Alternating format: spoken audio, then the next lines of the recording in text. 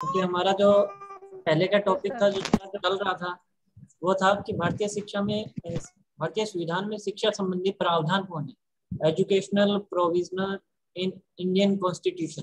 तो इसका कुछ कह सकते हैं कि कुछ पॉइंट हमारे बाकी थे, इसके बारे में जो स्टडी किया था उसमें कुछ पेंडिंग था, इसकी वजह से पीडीएफ सेंड नहीं की थी। जब ये कंप्लीट हो जाएगा उसके बाद में पीडीएफ मिल जाएगी। और पीडीएफ ग्रुप में भी ब्रॉडकास्ट में डाल दी जाती है और साथ में जो गूगल मीट है उसके अंदर भी डाल दी जाती है। जी सर। ठीक है ना, तो दोनों साइड पे देख लिया।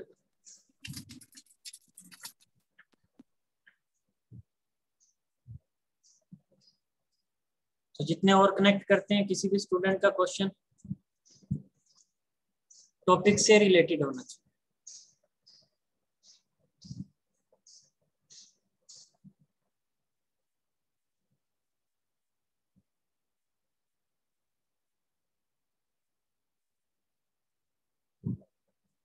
आज का टॉपिक फिर स्टार्ट करें। Good morning. Good morning. Good morning.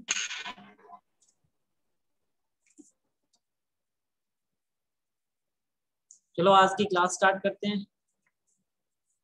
तो जैसे कि पिछली क्लास में हमने स्टडी किया था कि ऐसे कौन से भारतीय संविधान में प्रावधान है जो एजुकेशन से रिलेटेड है, उनके बारे में स्टडी कर रहे थे, जिसके अंदर पेपर में बताया था आपको कि पेपर में क्वेश्चन भी पूछे जाते हैं, तो इस आधार पे पूछे जाते हैं कि भारतीय संविधान में शिक्षा के संवृत्ति स्तर की विवेचना कीजिए, शिक्षा से संबंधित नीतियां, अधिनियम और प्रावधानों का वर्णन कीजिए। तो इस टाइप से क्वेश्चन है वो एग्जामिनेशन में आता है।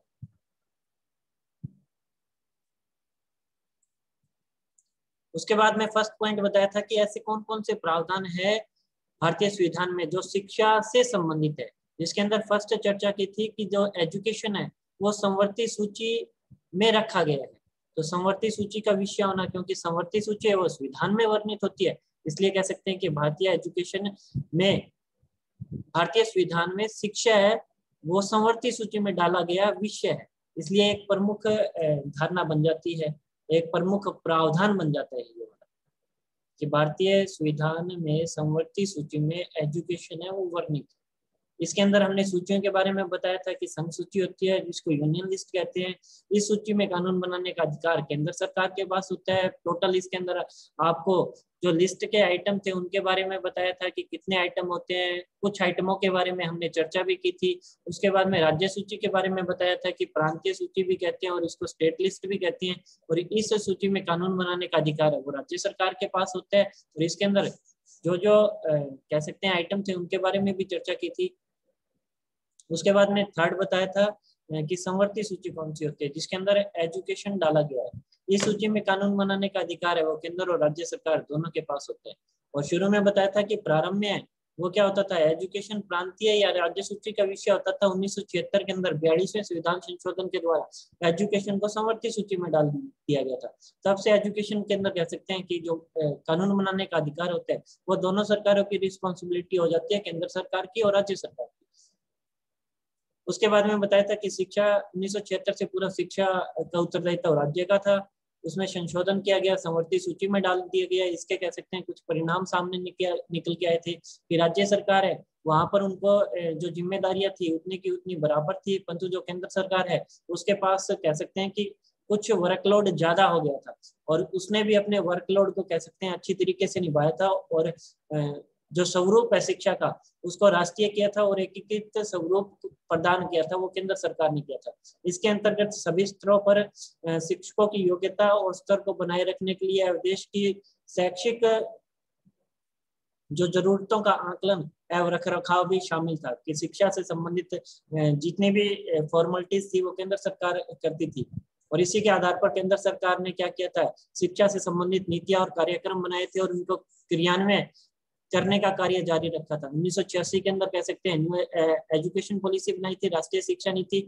उसके बाद में पीओ बनाया था, प्रोग्राम ऑफ एक्शन बनाया था 1992 के अंदर। और इन दोनों के अंदर कह सकते हैं कि अनेक बदलाव किया गया, शिक्षा से संबंधित एक रूपता लाने का प्रयास किया गया। सबसे पहले कि जो एजुकेशन है वो पूरे के पूरे भारत देश में एक रूप हो सके, उसके बाद में प्रौढ़ शिक्षा कार्यक्रम है उनको भी बढ़ाया गया था। उसके बाद में शिक्षा है वो सभी के लिए होनी चाहिए। उसके बाद में कह सकते हैं कि शिक्षा की जो क्वालिटी है उसके अंदर सुधार किया था। प्राथमिक शिक्षा के अंदर भी बहुत सुधार हुआ था। उसके बाद में बालिका शिक्षा पर प्रमुख जोर दिया गया था। देश के प्रत्येक जिले में कह सकते हैं कि आधुनिक विद्यालय जैसे कि नवोदय होते हैं उनकी स्थापना की गई थी। माध्यमिक शिक्षा का व्यवसाय परक बनाया गया था। उसके बाद में उस शिक्षा के क्षेत्र में भी कुछ विविध प्रकार की कह सकते हैं कि जानकारी देने और अंतर अनुशासनिक अनुसंधान करने के लिए कुछ प्रयास किए गए थे। राज्य में नए कह सकते हैं ओपन यूनिवर्सिटी है उनकी स्थापना की गई थी। अखिल भारतीय तकनीकी शिक्षा परिषद को और सुदृढ़ किया गया था। खेलकूद के क्षेत्र में कुछ बदलाव किया गया था। शारीरिक शिक्षा के अंदर बदलाव हुआ था। योग को बढ़ावा दिया गया था। एक सक्षम मूल्यांकन प्रक्रिया अपनाना भी इसके अंदर शामिल था। इसके अलावा शिक्षा में अधिकाधिक लोगों की भागीदारी सुनिश्चित करने हेतु एक विकेंद्रीकृत डिसेंट्रलाइजेशन प्रबंध सिस्टम मैनेजमेंट सिस्टम है उसका सुझाव दिया गया था। और इन कार्यक्रमों के क्रियान्वयन में जितनी भी एजेंसियां लगी हुई थी उनके नीतिगत मानक तैयार कर दिए गए थे। और इसके लिए कह सकते हैं कि ये सारे के सारे प्रावधान है ये जो प्रोग्राम ऑफ एक्शन था उसके अंदर किया गया था। उसके बाद में सेकंड पॉइंट बता सकते हैं इसके अंदर कि क्या प्रावधान था भारतीय संविधान के अंदर शिक्षा से संबंधित। तो जन्म से 6 वर्ष तक के जो बच्चे होते थे उनकी देखभाल करना और उनकी एजुकेशन की व्यवस्था करना भी कह सकते हैं जरूरी हो गया था। और इसके लिए कह सकते हैं कि शिक्षा में क्या प्रावधान किया गया था उसमें कह सकते हैं कि 2002 में कॉन्स्टिट्यूशन में 86वां विधान संशोधन हुआ था जिसमें अनुच्छेद 45 में एक परिवर्तन किया गया था कि राज्य के सभी बच्चे हैं और जब तक वे 6 वर्ष की आयु प्राप्त न कर ले उनकी देखभाल और उनकी शिक्षा की व्यवस्था करना कह सकते हैं कि वह की राज्य सरकार का दायित्व हो जाता है। कि 45वें अनुच्छेद के अंदर लिखा है कि राज्य का दायित्व है कि वहां के बच्चे राज्य के बच्चे जब तक 6 साल की आयु प्राप्त नहीं कर लेते उनकी देखभाल करना और उनकी शिक्षा की व्यवस्था करना राज्य सरकार का उत्तरदायित्व होता है। उसके बाद में थर्ड पॉइंट है इसके अंदर कि 6 से 14 वर्ष तक की आयु के बच्चों की अनिवार्य और निःशुल्क एजुकेशन फ्री एजुकेशन की व्यवस्था करना कह सकते हैं कि ये फ्री एजुकेशन का सिस्टम है। 2002 में 86वें संविधान संशोधन अधिनियम के अनुसार अनुच्छेद 21A जोड़ा गया था और इस 21A के अंदर लिखा गया था कि राज्य 6 से 14 आयु वर्ष के जितने भी बच्चे होते हैं उनकी प्राथमिक शिक्षा की अनिवार्य कंपल्सरी एजुकेशन और फ्री एजुकेशन की व्यवस्था करेगा। और साथ में एक संशोधन यह भी किया गया था कि प्रत्येक नागरिक का यह कर्तव्य है कि वह माता पिता या उसका अभिभावक है उसका संरक्षक है 6 से 14 वर्ष के जितने भी बच्चे होते हैं उनको शिक्षा प्रदान करने के अवसर प्रदान करेगा वंचित नहीं रखेगा। इस दिशा में शिक्षा का अधिकार अधिनियम 2009 भी बना है जो कि एक प्रमुख भूमिका निभाता है। और अपने सिलेबस के अंदर कह सकते हैं कि राइट टू एजुकेशन एक्ट 2009 अलग से प्रकाशित किया गया है उसके बारे में विस्तार से चर्चा करेंगे। उसकी एक अलग से PDF बनेगी और उस PDF के माध्यम से जो राइट टू एजुकेशन एक्ट 2009 है उसके बारे में स्टडी करेंगे। उसके बाद में फोर्थ पॉइंट है शिक्षा एजुकेशन संस्थाओं में प्रवेश के समान अवसर। शायद इतनी दूर तक हमने कर लिया था राइट टू एजुकेशन तक। उसके बाद में नेक्स्ट हमारा जो फोर्थ पॉइंट है वो है कि शिक्षा संस्थानों में प्रवेश के समान अवसर होंगे। कि एडमिशन किसी भी हम एजुकेशन में लेते हैं तो वहां पर कह सकते हैं कि एक जैसा प्रोसीजर अपनाया जाएगा समान अवसर हर विद्यार्थी को प्रदान होंगे। और कॉन्स्टिट्यूशन के अनुच्छेद 29(2) में यह व्यवस्था की गई है कि राज्य द्वारा पोषित कि राज्य सरकार के द्वारा कोई भी ऐसा शिक्षण संस्थान जिसको राज्य सरकार सहायता प्रदान करती है अथवा राज्य निधि से सहायता पाने वाले किसी भी शिक्षण संस्थान कि ऐसा कोई भी स्कूल हो ऐसा कोई भी कॉलेज हो जहाँ पर राज्य सरकार के द्वारा कुछ ना कुछ ग्रांट उनको मिलती है तो वहां पर जितने भी बच्चे होते हैं उनको कह सकते हैं कि धर्म के आधार पर नस्ल के आधार पर रंग रूप के आधार पर जाति के आधार पर किसी भी प्रकार का भेदभाव नहीं किया गया और वहां पर उनको प्रवेश से किसी भी सूरत में वंचित नहीं किया जा सकता। जो अनुच्छेद 29(2) है इसके अंदर कहा गया है कि प्रत्येक शिक्षण संस्थान जो राज्य सरकार से किसी भी रूप में सहायता प्राप्त करता है तो वहां के बच्चों को एडमिशन के रिगार्डिंग धर्म के आधार पर वंश के आधार पर रंग रूप के आधार पर जाति के आधार पर प्रवेश से वंचित नहीं किया जा सकता। यह भारतीय संविधान में शिक्षा से संबंधित प्रावधान है। उसके बाद में जो फिफ्थ है वो 1-1 एजुकेशन की व्यवस्था करने के बारे में है कि भारतीय संविधान के अनुच्छेद 15(3) में जो 15C है उसमें ये व्यवस्था की गई है कि इस अनुच्छेद में किसी भी बात से राज्य की जो नारियां होती है, जो स्त्रियां होती है और बालकों के लिए कोई उपबंध बनाने में कोई बाधा नहीं होनी चाहिए। कि राज्य सरकार है या केंद्र सरकार कोई भी महिलाओं से संबंधित या बच्चों से संबंधित कोई भी ऐसा कार्य करना चाहती है जो उनके फेवर में हो, तो उसको बनाने में किसी भी प्रकार की बाधा है वो उत्पन्न नहीं होगी।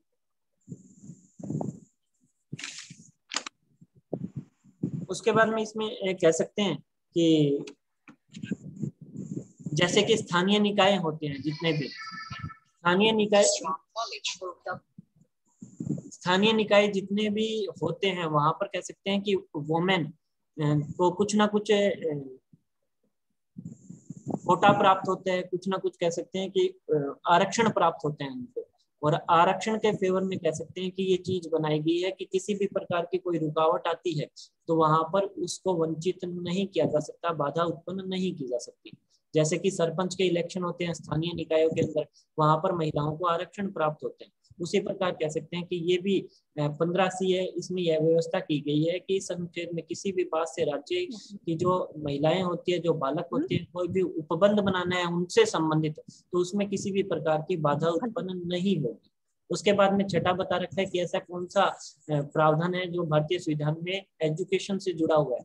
तो समाज के कमजोर वर्ग जितने भी होते हैं, जिसमें कह सकते हैं अनुसूचित जाति आती है, अनुसूचित जनजाति आ जाती है, उसके बाद में कह सकते हैं अल्पसंख्यक वर्ग आ जाते हैं, तो वहां पर कह सकते हैं कि ये समाज के कमजोर वर्ग होते हैं और इसके शिक्षा की व्यवस्था करने का प्रावधान है वो भी भारतीय संविधान में डाला गया है। तो इसमें संविधान के अनुच्छेद 17 द्वारा सर्वप्रथम छुआछूत को समाप्त किया गया था। उसके बाद में अनुच्छेद 46 में यह व्यवस्था की गई है कि राज्य क्या काम करेगा, राज्य सरकार जनता के कमजोर वर्ग जितने भी होते हैं, जैसे कि अनुसूचित जाति है, अनुसूचित जनजाति की शिक्षा की व्यवस्था करेगी और उनके अर्थ संबंधी हितों की विशेष सावधानी से उन्नति करेगी तथा सामाजिक अन्याय और इस सब प्रकार के शोषण से उनका संरक्षण करेगी। कि अनुच्छेद 46 के अंदर बता रखा है कि राज्य सरकार का दायित्व बनता है कि जो भी कमजोर वर्ग होते हैं, अनुसूचित जाति होगी, अनुसूचित जनजाति होगी, उनकी शिक्षा की व्यवस्था करना, उनके अधिकारों की रक्षा करना, उनके शोषण यदि हो रहा है तो उस शोषण को कम करना, उनको सामाजिक न्याय दिलवाना, सामाजिक अन्याय को दूर करना, ये सारे के सारे कह सकते हैं जो बातें हैं वो अनुच्छेद 46 में डाली गई है। शिक्षा की व्यवस्था करेगा, हितों की सुरक्षा करेगा, सामाजिक न्याय प्रदान कराएगा, शोषण से उनका संरक्षण करेगा। उसके बाद में 7वां पॉइंट बता रखा है कि अल्पसंख्यकों की शिक्षा की विशेष व्यवस्था करना। ये अलग से बता रखा है भारतीय संविधान के अंदर, जो कह सकते हैं कि कॉन्स्टिट्यूशन का जो आर्टिकल है 30A के अनुसार धर्म या भाषा पर आधारित सभी जितने भी अल्पसंख्यक वर्ग होते हैं वो अपनी रुचि के शिक्षण संस्थानों की स्थापना करना और वहां के प्रशासन को संचालित करने का अधिकार होता है। कि भारतीय संविधान के अनुच्छेद 30 में बताया गया है कि अल्पसंख्यक जो वर्ग है वो एजुकेशन इंस्टीट्यूट की स्थापना कर सकते हैं और वहां का मैनेजमेंट सिस्टम चला सकते हैं।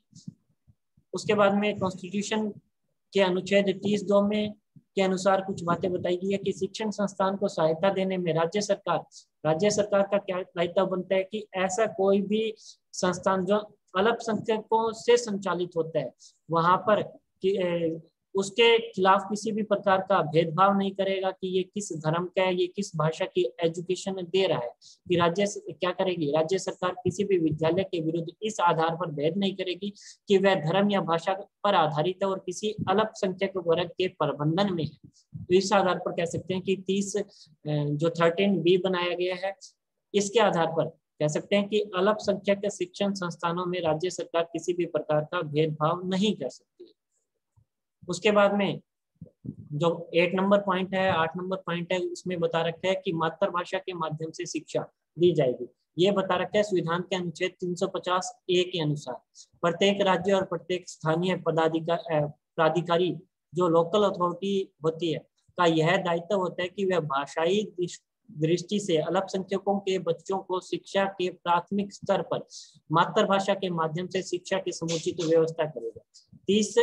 350A के अंदर बताया हुआ है कि जो भी प्राथमिक स्तर की जो एजुकेशन होती है वो कह सकते हैं कि मातृभाषा के अंदर दी जाएगी। वहां पर जो भी बच्चा मातृभाषा में एजुकेशन लेना चाहता है, जो वहाँ की मातृभाषा होती है, जिस भी क्षेत्र में वो बच्चे रहते हैं उसकी मातृभाषा में एजुकेशन उन बच्चों को प्रोवाइड की जाएगी। ये कह सकते हैं कि संविधान के अनुच्छेद 350A के अंदर बताया गया। उसके बाद में नेक्स्ट है कि धार्मिक शिक्षा पर रोक। संविधान के अनुच्छेद 28 के अनुसार पूर्ण राज्य में राज्य विधि द्वारा पोषित किसी भी शिक्षण संस्थान में धार्मिक शिक्षा नहीं दी जा सकती। कि कोई भी जो राज्य है वहां पर कह सकते हैं कि कोई शिक्षण संस्थान है और वो राज्य से अनुदान प्राप्त करता है, राज्य सरकार से सहायता प्राप्त करता है, तो वहां पर धार्मिक एजुकेशन नहीं दी जा सकती। ये भारतीय संविधान का अनुच्छेद 28 है जो कि शिक्षा से संबंधित जुड़ा हुआ है। और अनुच्छेद 22 के अनुसार राज्य निधि से सहायता प्राप्त किसी भी शिक्षण संस्थान में बच्चों को किसी धार्मिक उपासना में उपस्थित होने के लिए बाध्य नहीं किया जा सकता, जो कि आपको मौलिक अधिकारों के अंदर भी बताया गया था कि अनुच्छेद 22 है उसके अंदर कह सकते हैं कि कोई भी शिक्षण संस्थान बच्चों को बाध्य नहीं करेगा कि वो धार्मिक उपासना, वहां का कह सकते हैं कि जो सुबह की असेंबली होती है उस असेंबली के अंदर हम कोई धर्म की बातें बताते हैं और वहां पर बच्चों को बाध्य किया जाए कि आप यहाँ पर उपस्थित हो और इन बातों को सुनो, तो उसके लिए हम बाध्य नहीं कर सकते। ये अनुच्छेद 22 के अंदर आर्टिकल 22 में बताई गई बात है। उसके बाद में नेक्स्ट है राष्ट्रीय महत्व की भाषा। जो राष्ट्रीय महत्व की भाषाओं की शिक्षा, कह सकते हैं कि इंडियन कॉन्स्टिट्यूशन के अंदर टोटल 22 राष्ट्रीय महत्व की भाषाएं होती है।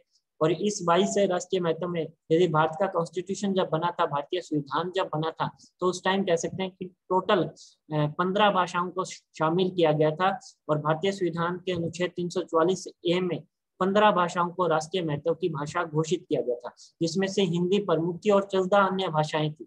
और 14 अन्य भाषाओं की बात करते हैं तो उसमें कह सकते हैं असमिया, बंगाली, गुजराती, कन्नड़, कश्मीरी, मलयालम, मराठी, उड़िया, पंजाबी, संस्कृति, सिंधी, तमिल, तेलुगु और उर्दू। ये 14 भाषाएं कह सकते हैं राष्ट्रीय महत्व की घोषित की गई थी जब भारत का संविधान बना था। और भारत का संविधान बना था 26 जनवरी 1950 को। उस टाइम कह सकते हैं कि हिंदी के अलावा 14 भाषाओं को राष्ट्रीय महत्व की भाषाएं बताया गया था। एक क्वेश्चन है, किसी भी स्टूडेंट को पता हो तो रिप्लाई करना कि भारत के अंदर, भारतीय संविधान के अंदर जो हिंदी है उसको राजभाषा का दर्जा कब प्रदान किया गया? भारतीय संविधान के अंदर हिंदी को राजभाषा का दर्जा कब प्रदान किया गया?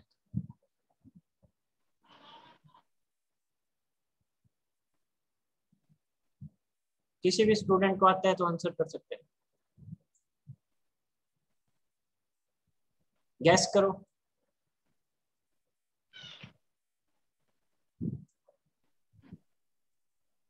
14 सितंबर 1949। No, wrong answer. वो कह सकते हैं कि हिंदी दिवस के रूप में मनाया गया और उसकी कुछ अलग कहानी। मैंने इतना क्वेश्चन पूछा है कि हिंदी को राजभाषा का दर्जा कब प्रदान किया गया था भारतीय संविधान में। चलो नहीं पता है तो नोट कर लेना, ठीक है ना। कंपटीशन एग्जाम में कई बार क्वेश्चन आ जाता है, तो कह सकते हैं कि हिंदी को 343 अनुच्छेद, वो तो अनुच्छेद है ना। मैंने पूछा है डेट क्या थी। भारतीय संविधान में हिंदी को राजभाषा कह सकते हैं कि 26 जनवरी 1965 के अंदर किया गया। 26 जनवरी 1965 के अंदर हिंदी को है वो राजभाषा का दर्जा प्रदान किया गया था। उससे पहले कह सकते हैं कि ये सारी की सारी राष्ट्रीय महत्व की भाषाएं थी और हिंदी को राजभाषा वो 26 जनवरी 1965 को बनाया गया था भारतीय संविधान। उसके बाद में आगे चल के संविधान संशोधन द्वारा 7 भाषाओं को अन्य राष्ट्रीय महत्व की घोषित कर दिया गया था, जिसके अंदर कोंकणी थी, मणिपुरी, डोंगरी, बोंगो, मैथिली, संथाल और नेपाली भाषा। इनको कह सकते हैं कि 22 भाषाएं टोटल हो जाती है और ये सारी की सारी 22 भाषाएं जो है ये राष्ट्रीय महत्व की भाषाएं होती है। और राजभाषा वो कह सकते हैं हिंदी थी। 26 जनवरी 1965 से पहले कह सकते हैं कि कोई भी भाषा नहीं थी, इंग्लिश का वर्चस्व है वो ज्यादा होता था, इंग्लिश का महत्व वहां पर ज्यादा था। और उसके बाद में 1965 के बाद में कह सकते हैं कि हिंदी का महत्व ज्यादा होगा। उसके बाद में राष्ट्रीय भाषा हिंदी का विकास, कह सकते हैं कि कॉन्स्टिट्यूशन के अनुच्छेद 343 में हिंदी को संघ की राजभाषा घोषित किया गया। ये कह सकते हैं कि 343 पहले किसी स्टूडेंट ने आंसर दिया था, वहां पर कह सकते हैं हिंदी को संघ की राजभाषा घोषित किया गया 343 अनुच्छेद के अंदर। यदि डेट की बात करते हैं तो 26 जनवरी 1965 के अंदर। तथा अनुच्छेद 351 में इसके विकास के लिए विशेष परिवर्तन की व्यवस्था की गई है कि हिंदी का विकास करना है तो वहां पर हिंदी के विकास के लिए विशेष परिवर्तन की व्यवस्था है, वो अनुच्छेद 351 के अंदर है कि हिंदी भाषा में किसी भी प्रकार का परिवर्तन, कह सकते हैं कि बदलाव हिंदी के अंदर बहुत सारे आते रहते हैं, नए नए वर्ड हैं वो भी सत्यापित होते रहते हैं, प्रकाशित होते रहते हैं, शोध चलता रहता है हिंदी के विकास के लिए। तो वहां पर कह सकते हैं कि जो बदलाव के लिए बात करते हैं तो वो अनुच्छेद है 351, और जो अनुच्छेद 343 है वो कह सकते हैं कि राजभाषा घोषित करने का अनुच्छेद होता है। डेट की बात करते हैं तो 26 जनवरी 1965 को है हिंदी को राजभाषा घोषित किया गया था। ये कह सकते हैं कि टोटल 11 पॉइंट थे कि भारतीय संविधान में शिक्षा से संबंधित प्रावधानों के प्रावधान भारतीय संविधान में कौन कौन से थे। ये कह सकते हैं टोटल 11 पॉइंट बनते हैं आपके इस टॉपिक से रिलेटेड। अब किसी स्टूडेंट का कोई क्वेश्चन?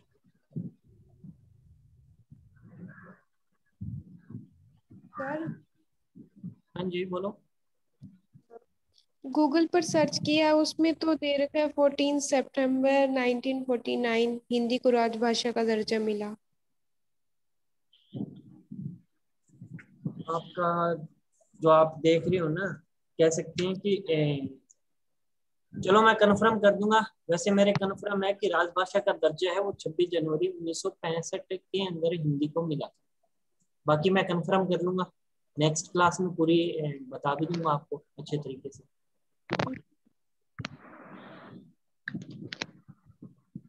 और कोई क्वेश्चन किसी भी स्टूडेंट का? क्वेश्चन ऐसे आएगा एग्जामिनेशन के अंदर, भारतीय संविधान में शिक्षा संबंधी प्रावधानों का वर्णन करें। ठीक है ना, पेपर के अंदर क्वेश्चन है कि भारतीय संविधान है उसमें शिक्षा से संबंधित कौन से प्रावधान है उनके बारे में पूछा जाएगा।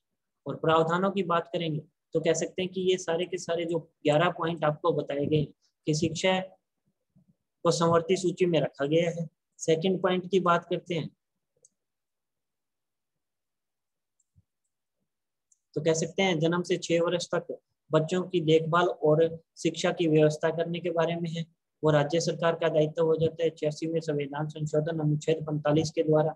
उसके बाद में 6 से 14 वर्ष के लिए फ्री और कंपलसरी एजुकेशन का सिस्टम है जो 2002 में 86वें संविधान संशोधन द्वारा अनुच्छेद 21 में वर्णित है।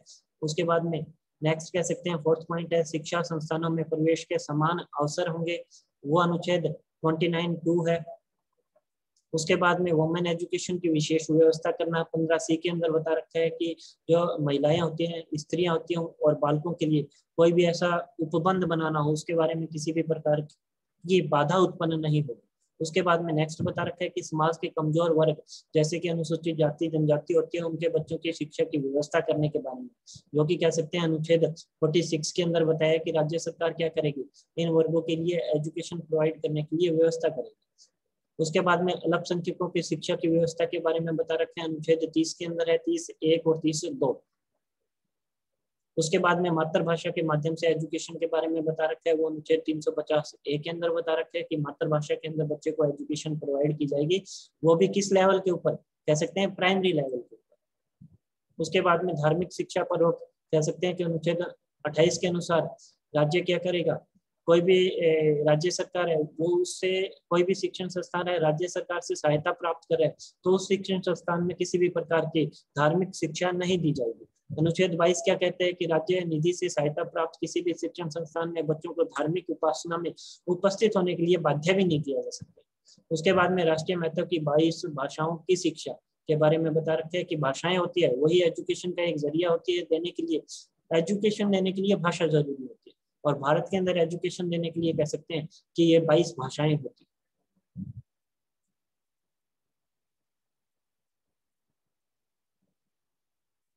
उसके बाद में राष्ट्रभाषा हिंदी का विकास किया गया था कि राष्ट्रभाषा हिंदी है उसका विकास है। जो अनुच्छेद 343 में राष्ट्रीय क्या किया गया था, हिंदी को राजभाषा का दर्जा प्रदान किया गया था। अनुच्छेद 351 में कह सकते हैं कि हिंदी के विकास के लिए विशेष परिवर्तन करने की व्यवस्था की गई। ये कह सकते हैं टोटल आपका टॉपिक के मेन 11 पॉइंट।